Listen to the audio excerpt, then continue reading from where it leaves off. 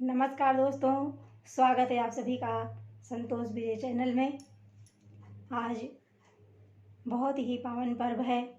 आज भादो मास की कृष्ण पक्ष की हल षष्ठी है। आज के दिन भगवान श्री कृष्ण के बड़े भाई बलदाव जी का जन्मोत्सव भी है और सभी पुत्रवती महिलाओं के लिए आज हल षष्ठी का बहुत ही सुंदर और पावन पर्व है।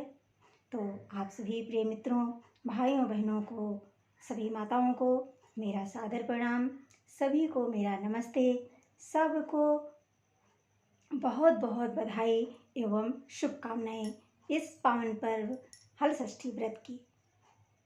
आइए हम जानते हैं कि यह व्रत कब, क्यों और कौन कौन कैसे कैसे करते हैं, ऐसे इस व्रत को कैसे किया जाता है। आज के दिन सभी माताएं, जितनी पुत्रवती माताएं हैं, बहनें हैं, वो सभी अपने पुत्र की लंबी आयु के लिए यह व्रत करती हैं। इस व्रत में प्रातःकाल ब्रह्म मुहूर्त में उठकर व्रत करने का संकल्प लेना चाहिए।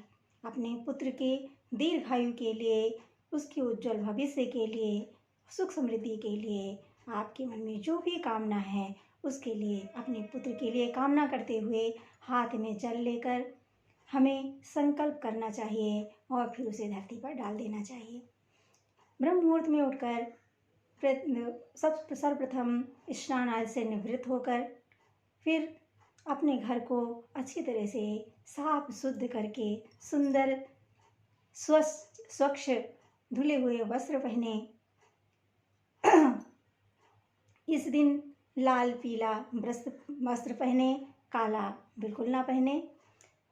और उसके बाद हल्दी, सिंदूर, फूल, अक्षत और तिन्नी का चावल, जिसे पसाड़ी का चावल भी कहा जाता है, जो व्रत का चावल है, उसके द्वारा, और महुआ का नाम भी आपने सुना होगा कि गांव में अक्सर बहुत ज़्यादा मात्रा में होता है, लेकिन शहरों में भी कुछ जगहों पर तो मुश्किल होता है, लेकिन लगभग जगह ये मिल जाता है। अक्षत के रूप में हम महुआ और तिन्नी का चावल ही हम इस्तेमाल करते हैं। गांव में तो लोग बहुत ही, पूरे घर के लोग, पूरे गांव के लोग सब एकत्रित होकर खूब सोहर और भजन गाते हैं। माताएं खूब ढोलक बजा करके सोहर भी गाती हैं। और यदि किसी के पुत्र का आगमन हुआ है, यदि 1 साल का पुत्र हुआ है या पुत्र का पहला हरछठ है, तो उस दिन तो बहुत ही धूम धड़ाके होते हैं। हमारे घर में जब मेरा भाई हुआ था, उस समय मेरी बुआ लोगों ने खूब ढोलक बजा करके नाच गान किया और बहुत सारी बधाइयाँ दी। तो बहुत ही अच्छा लगता है ये पर्व, जब सभी माताएं एकत्रित होकर तालाब में स्नान करने जाती हैं और फूल, अक्षत, पलाश के पौधे को लेकर इस दिन पूजा किया जाता है। पलाश के पत्तों पर दही, अक्षत और महुआ रखकर फिर हम पीले कपड़े को हल्दी में रंग करके उसमें हम हल षष्ठी की प्रतिमा बनाते हैं और माता रानी से अपने पुत्र के लिए, अपने भाई के लिए, अपनी सुहाग के लिए हम माता रानी से, हल षष्ठी माता से, गौरा पार्वती महादेव से हम प्रार्थना करते हैं।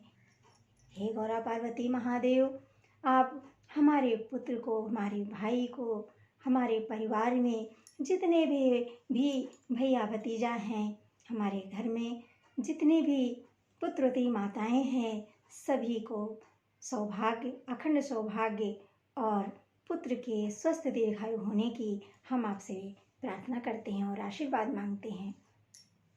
ऐसा माताएं पूजा करती हैं और पूजन के साथ आशीर्वाद मांगती हैं। अपने आंचल में भी हल्दी जरूर लगाना चाहिए। इस दिन जैसे ये आंचल होता है, इसमें हमें पीली हल्दी घोलकर और उसको हमें इसमें लगाना चाहिए। एक पीला कपड़ा हो और उसको हल्दी में कलर करके रंग करके हम माता रानी को चढ़ाते हैं। और यदि संभव है तो हम पीली साड़ी या वस्त्र हम माता रानी को चढ़ाते हैं। फिर हम उसे अपनी ननद को या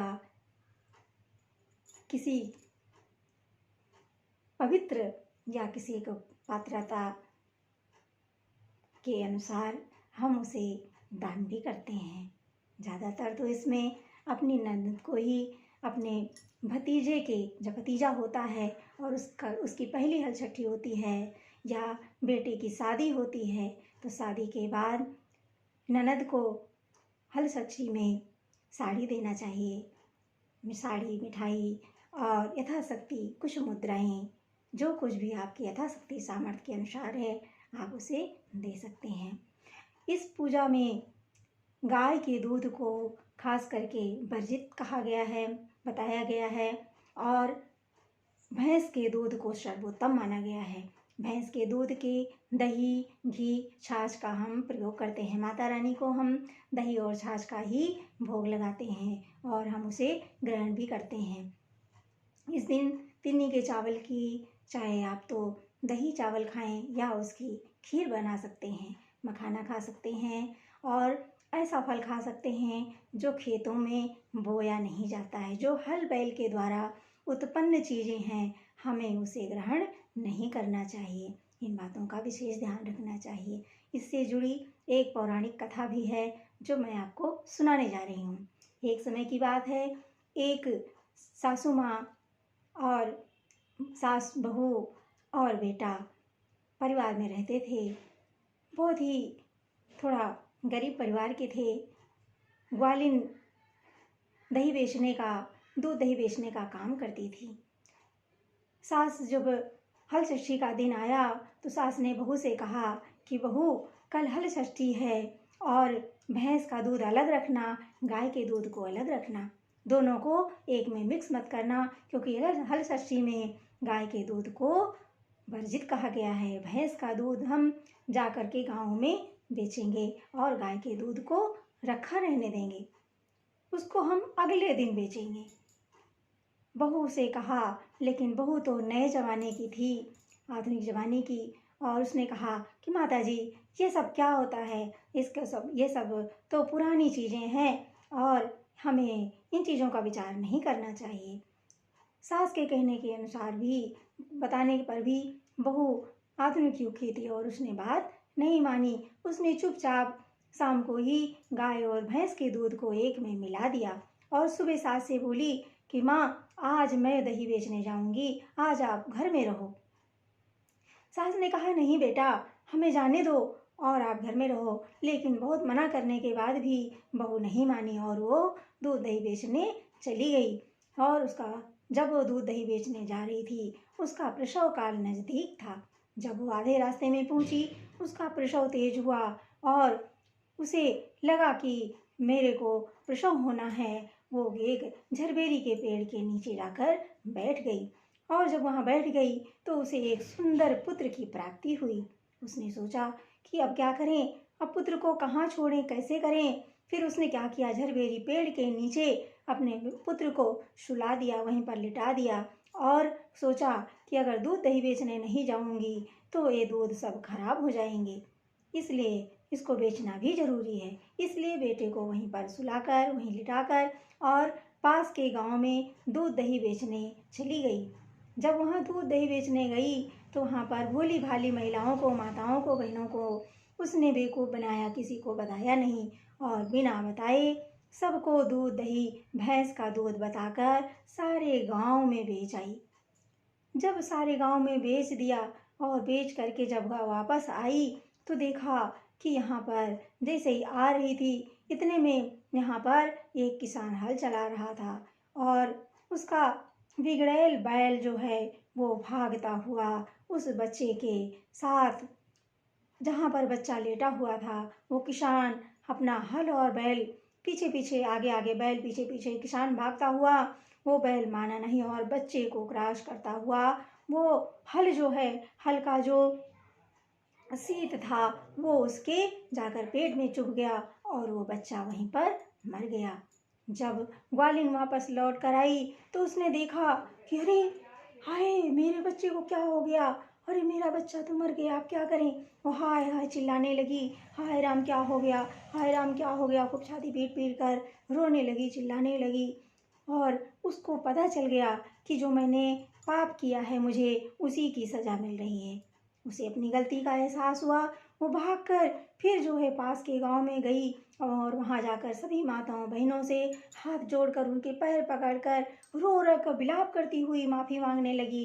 हे मैया, मुझे माफ़ कर दो, मैंने बहुत बड़ा अपराध किया है, मेरा बेटा मर गया, मैंने बहुत बड़ा अपराध किया है, मैया मुझे आशीर्वाद दो। सब लोग, पूरे गांव के लोग इकट्ठा हो गए कि क्या हो गया, ये ग्वालिन क्यों चिल्ला रही थी, क्यों चिल्ला रही है। सबके पूछने पर वो अपने जो किए हुए, जो उसके बुरे कर्म थे, अपने पुराने कर्मों को वो याद करके वो सबको बताने लगी, जोर जोर से अपने पाप को चिल्लाने लगी, अपना प्रायश्चित करने लगी कि मैया मुझसे गलती हो गई, सब लोग मुझे आशीर्वाद दो, मेरे बेटे को, मेरे पुत्र को लंबी आयु होने का, दीर्घायु होने का आशीर्वाद दो।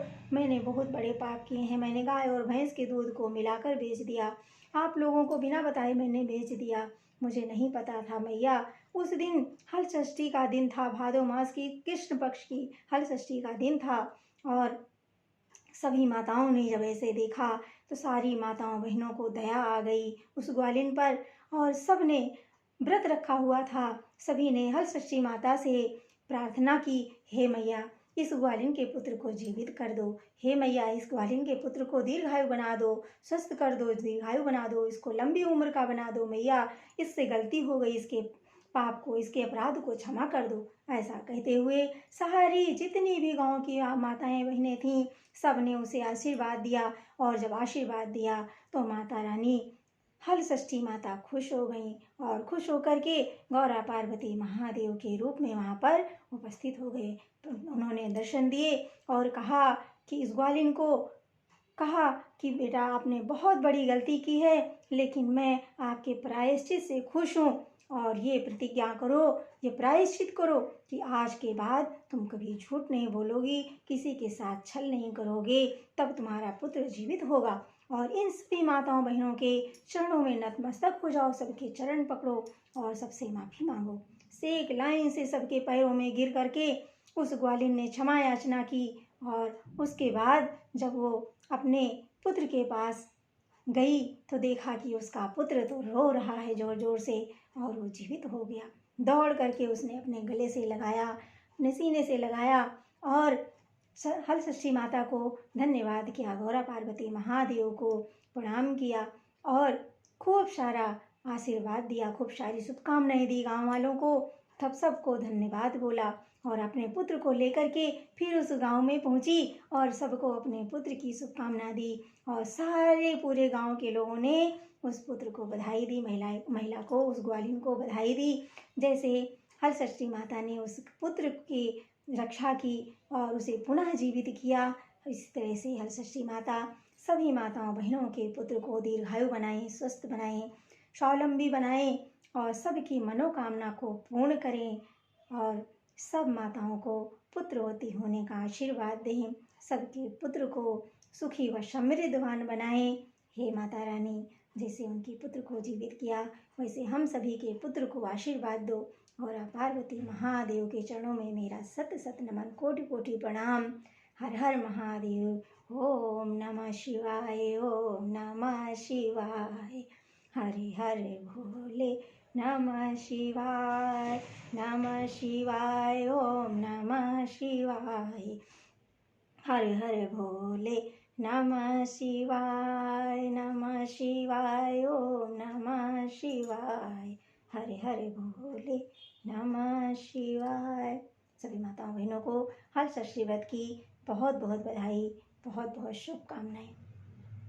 जय श्री राधे कृष्ण।